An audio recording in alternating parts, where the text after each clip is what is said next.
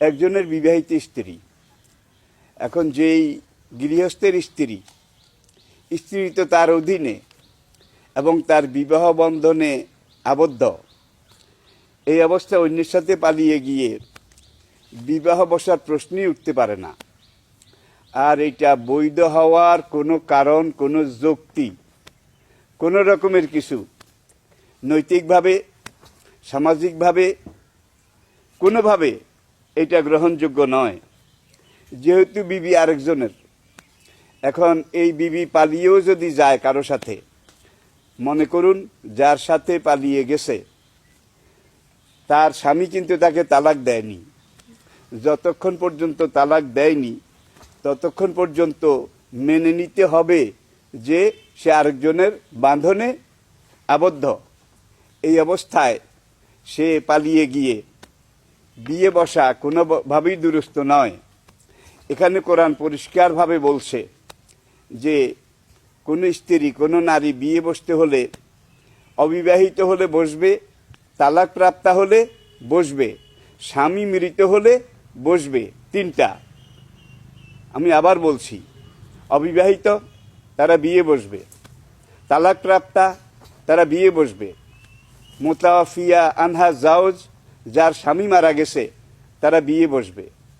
প্রথম যেই কথাটা আমি বলেছি, প্রথম বিয়ে যারা বসবে তাদের জন্য কোনো ইদ্যত, কোনো মুদ্দত, কোনো দিন মাস বাসাবাসি এগুলো কোনো কিছু নেই, থাকবে না, প্রয়োজনও নেই।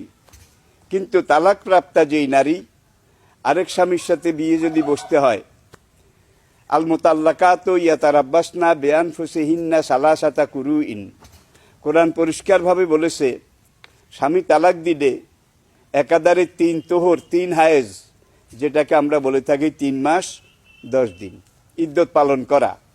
3 মাস 10 দিন ইদ্যত পালন করার পরে যদি দেখা যায় এবং প্রমাণিত হয় যে এই নারী তালাকপ্রাপ্তা নারী, সে তার প্রাক্তন স্বামী কর্তৃক গর্ভধারণ করেনি, তার রেহেম এটা ফ্রি আছে, ক্লিয়ার আছে, তখন সে অন্য স্বামীর সাথে বিয়ে বসতে পারবে।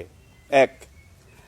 আর যেই নারীর স্বামী মারা গিয়েছে, তার নতুনভাবে আবার আরেক স্বামীর সাথে বিয়ে বসতে হলে কোরআন পরিষ্কারভাবে বলে দিয়েছে যে মুতাওয়াফি আনহা জাওজ, যেই মহিলার স্বামী মারা গিয়েছে তার ইদ্যত হলো 4 মাস 10 দিন।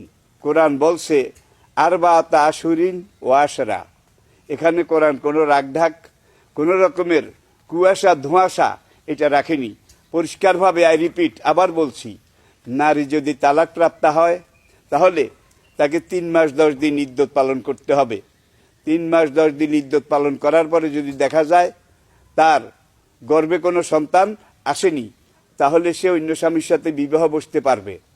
আর 3 মাস 10 দিন ইদ্যত পালনের পরে যদি দেখা যায় তার গর্ভে সন্তান এসে গেছে, তাহলে তাকে ওই সন্তান ভূমিষ্ঠ হওয়া পর্যন্ত 10 মাস 10 দিন, যেটাকে আমরা বলি কম বেশ হতে পারে, এই পুরা গর্ভধারণ কাল পর্যন্ত ইদ্যত পালন করতে হবে।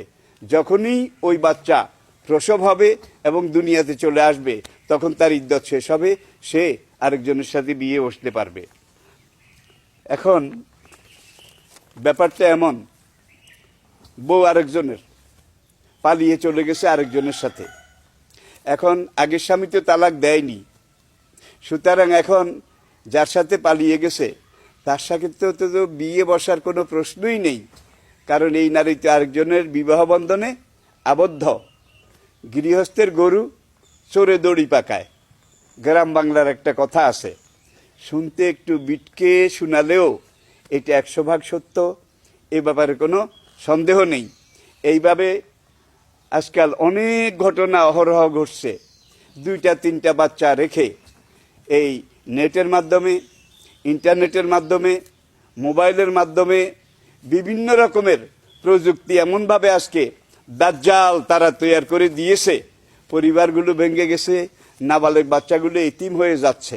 মা এই মোবাইলে আরেকজনের সাথে কথা বলে ধীরে ধীরে ধীরে ধীরে তার সাথে নিকটতম একটা সম্পর্ক সৃষ্টি করে পরিশেষে পালিয়ে গিয়ে কোর্টে গিয়ে বিয়ে পড়ে এবং পড়ায়।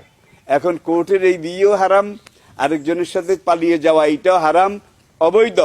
এবং যে বিয়ে পড়াইছে কোর্টে গিয়ে, এই বিয়ে জায়েজ হওয়ার কোনো কারণ নেই, কারণ প্রাক্তন স্বামী তো তাকে তালাক দেয়নি। সুতরাং এখানে বিয়ের প্রশ্ন আসতেই পারে না। কোর্টে গিয়ে 1000 বিবাহ যদি পড়ানো হয় তাহলেও এটা বৈধ হবে না। এবং এই নারী আর পুরুষ তারা যদি একত্রে মিলিত হয়, তারা যদি একত্রে সহবাস করে, তারা যদি একত্রে সংযম করে, তাহলে এটা জেনা হবে, ব্যভিচার হবে। এই ব্যাপারে শরীয়ত বিশেষজ্ঞ সবাই একমত। এখানে ইমামদের মধ্যেও কোনো ইখতিলাফ, মতানৈক্য নেই। এবং এই ঘরে যত সন্তান হবে সবগুলো ওয়ালিদুজ জেনা, যেটাকে বলা হয় জারজ সন্তান হবে। এবং এই জারজ সন্তানরা বড় হয়ে যখন আবার বিবাহ করবে, সংসার করবে, দাম্পত্য জীবনে যাবে, তাদের ঘরে যেগুলো হবে এগুলো জারজের ছেলে জারজ, ওয়ালিদুজ জেনা, ইবনে ওয়ালিদুজ জেনা, এইভাবে জারজে দেশটা ভরে যাওয়ার মতো একটা প্রক্রিয়া আজকে আধুনিক বিশ্ব প্রযুক্তি আমাদের সামনে এনে দিয়েছে। আসলে এগুলো সবই দাজ্জালের হাতিয়ার, এই ব্যাপারে কোনো সন্দেহ নাই। আজকের আধুনিক প্রযুক্তি আমাদেরকে যা দিয়েছে তার চাইতে 1000 লক্ষ গুণ আমাদের থেকে কেড়ে নিয়ে গেছে। এটাও আমাদেরকে স্বীকার করতে কোনো রকমের দ্বিধা সংকোচ এটা নেই এবং থাকা উচিত নয়।